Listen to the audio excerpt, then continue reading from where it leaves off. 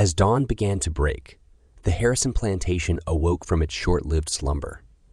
Nestled on a vast expanse of fertile land, the cotton fields stretched as far as the eye could see, punctuated only by the imposing grandeur of the main house.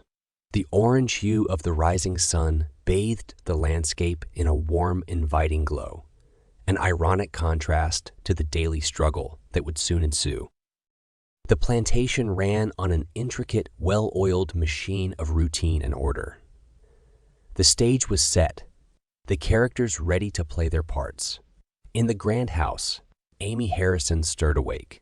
Although she bore the master's name, she was no family. A house slave, her life was a cycle of chores, from cleaning the intricate wooden carvings of the furniture to preparing the family meals. Her work was silent, unending, and largely unappreciated. Out in the fields, the lives of the field slaves were already in full swing. There was John, the diligent worker, his strong arms already hard at work with his hoe. Norris was a man of few words, his silence speaking volumes of his internal struggles. Tricia, whose small frame belied her incredible strength, worked the fields with a determination that was nothing short of inspiring. Then there was Dirty Gary, so called for his knack for finding trouble. His sarcastic comments and playful demeanor often landed him in hot water, but they also served to lighten the otherwise grim atmosphere. Watching over this landscape of hardship and toil was Mr. Harrison, a stern man who demanded nothing but absolute obedience. His wife, Mrs. Adele Harrison, often remained a silent observer, her thoughts kept strictly to herself. An odd creature also made its home on the plantation. A cat, black as night, roamed the grounds at its leisure. It slinked around, seeming to pop up everywhere, its curious gaze observing the happenings around it. As the sun continued to climb in the sky, the plantation buzzed with activity. Amy began preparing breakfast, the smell of bread wafting from the main house, while the field slaves labored under the increasingly hot sun. Despite the harsh reality of their lives, there was a sense of unity and determination amongst them. "John," Norris grunted, wiping the sweat from his forehead, "do you think we'll ever get a break from this?" John paused, his back aching as he straightened. He looked at Norris, his gaze steady. "We've got to keep hoping, Norris," he replied. "That's all we have." The conversation was cut short as Dirty Gary's arrived, driving the plantation's horse and cart. His arrival, although routine, always managed to stir up a bit of excitement. "Well, look who decided to show up," Tricia called out, a smirk on her face. "Sleep well, Gary." "Like a baby, Tricia," Gary shot back, grinning. Laughter filled the air, a brief moment of respite in their grueling day. As the sun rose higher and the plantation plunged into another day of labor and survival, they held on to these moments of shared camaraderie, a beacon of light in their otherwise grim existence. The Harrison plantation was a world marked by invisible lines of demarcation, lines that divided the slaves into two primary groups, the house slaves and the field slaves, despite their common bonds of servitude.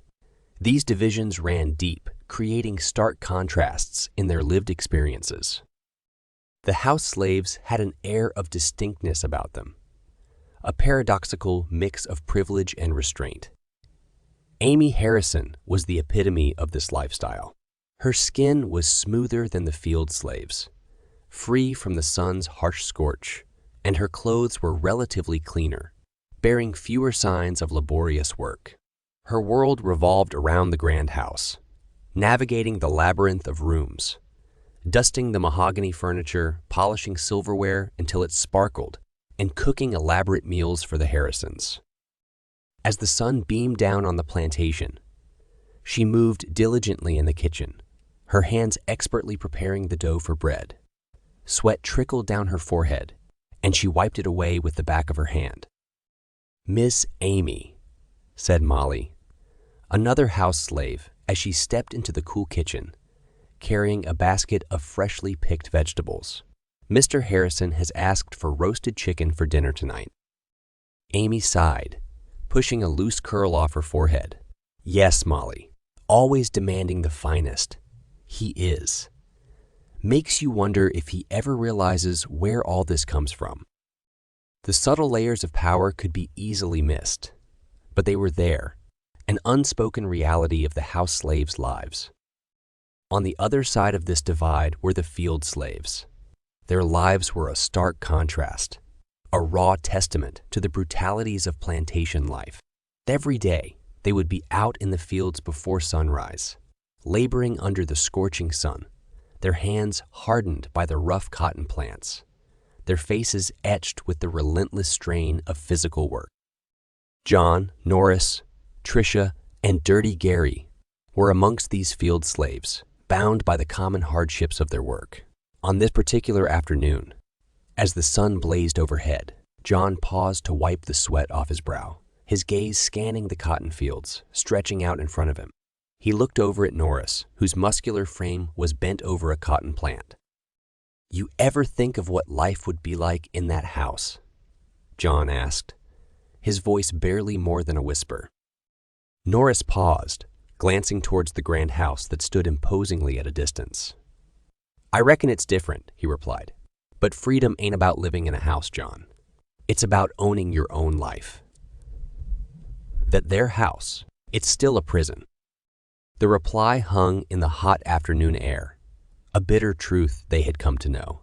The plantation was their world, and while their experiences differed vastly, it was a world of captivity for them all. Sunday mornings at the Harrison plantation had a rhythm of their own, a rhythm that began with the dawn and the rustling of Sunday clothes from the cedar closets, soft whispers breaking the stillness of the early morning hours, and a peculiar quietness that settled over the plantation. On this particular Sunday, Dirty Gary Harrison was up before anyone else, his duties as the Harrison family's designated driver requiring him to prepare earlier than the rest. He meticulously cleaned the family carriage, his rough hands working the polish into the fine wood with diligence born of routine. His nickname Dirty Gary was a playful misnomer amongst the other slaves. Gary was anything but dirty, his job keeping him away from the fields and the grime. "Morning, Gary." A voice greeted him as John came into view. The two men shared a glance, their friendship solidified by the numerous years spent on the plantation. "Morning, John," Gary replied, flashing a quick smile.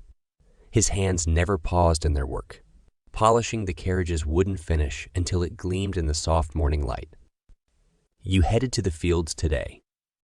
John chuckled, shaking his head.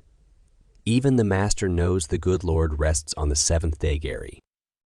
Their shared laughter echoed in the empty yard, a moment of camaraderie in their world of servitude. As John moved away, Gary returned to his task, his thoughts focused on the journey ahead. With the Harrisons attending church, the plantation transformed into a different kind of sanctuary for the remaining slaves. Amy took over the main house, her voice echoing in the quiet halls as she led the other house slaves in a simple service. Their hymns filled the air, songs of hope and endurance, wrapped in melodies that had been passed down through generations. "Keep your eyes on the prize. Hold on." Amy's voice resounded in the grand house, her hands raised high as she sung out the hymn. It was their service, a moment of respite and fellowship that offered a semblance of solace. The plantation, split into two distinct worlds, functioned in its rhythm. Gary driving the Harrisons to church in their polished carriage, and the slaves left behind, finding their sanctuary amidst the cotton fields and the grand house. Sundays, as it turned out, were a testament to their endurance, a symbol of their spirit, their hopes, and their dreams.